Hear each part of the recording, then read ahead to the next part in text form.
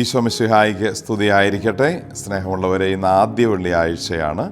May മാസത്തിലെ ഈ ആദ്യ വെള്ളി ദിവസം നമുക്ക് എല്ലാ തരത്തിലും അനുഗ്രഹീതമാകട്ടെ. ഈശോയുടെ കുരിശിൻ്റെ പീഡകളെ ധ്യാനിക്കാനും അത് നമുക്ക് അനുഗ്രഹമായി മാറാനും ഇടവരട്ടെ. വിശുദ്ധ മർക്കോസ് അറിയിച്ച സുവിശേഷം 4-ാം അധ്യായം 1-ാം വാക്യം.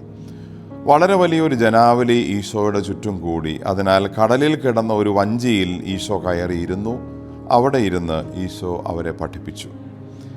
ഏത് പ്രയാസ സാഹചര്യത്തിലും ദൈവവചന പ്രഘോഷണത്തിന് ഒരു സാഹചര്യം ഉണ്ടാക്കിയെടുക്കുന്ന ഈശോയെയാണ് നമ്മൾ കാണുന്നത്. കടൽ തീരത്ത് ഒരുപക്ഷെ തിരമാലകൾ അടിച്ചു വരുന്നതിൻ്റെ ശബ്ദമുണ്ട്, തിരയിളക്കങ്ങളുണ്ട്, ആളുകൾ വന്നും പോയും ഇരിക്കുന്ന ഒരു സ്ഥലമാണ്. പക്ഷേ ആളുകൾ തൻ്റെ അടുത്തേക്ക് അടുത്തുകൂടുന്നത് കണ്ടപ്പോൾ അവരോട് വചനം പ്രസംഗിക്കാനുള്ള ഒരു സാഹചര്യം ഉണ്ടാക്കിയെടുക്കുന്ന ഈശോയെ നമ്മൾ ഈ തിരുവചനത്തിൽ കാണുന്നു. പൗലോസ്ലീഹ നമ്മളെ തിരുവചനത്തിൽ ഓർമ്മിപ്പിക്കുന്നു, എപ്പോഴും വചനം പ്രസംഗിക്കുവിൻ, സാഹചര്യങ്ങൾ അനുകൂലമാണെങ്കിലും അല്ലെങ്കിലും.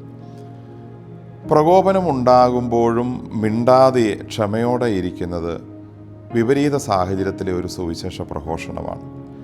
അകാരണമായ സഹനത്തിലും പരാതിയില്ലാതിരിക്കുന്നത് ഒരു പ്രത്യേക സുവിശേഷ പ്രഘോഷണമാണ്.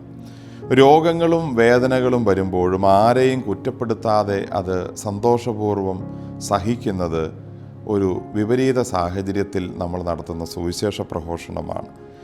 എപ്പോഴും നന്മ മാത്രം സംസാരിക്കുന്നത് സുവിശേഷ പ്രഘോഷണമാണ്.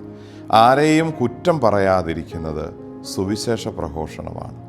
സ്നേഹമുള്ളവരെ, എല്ലാ സാഹചര്യങ്ങളിലും ഏതെങ്കിലും തരത്തിൽ നന്മ പ്രസംഗിക്കാൻ, ഈശോയെ പ്രസംഗിക്കാൻ, സുവിശേഷം പ്രസംഗിക്കാൻ നമുക്കാവട്ടെ. ആമേൻ.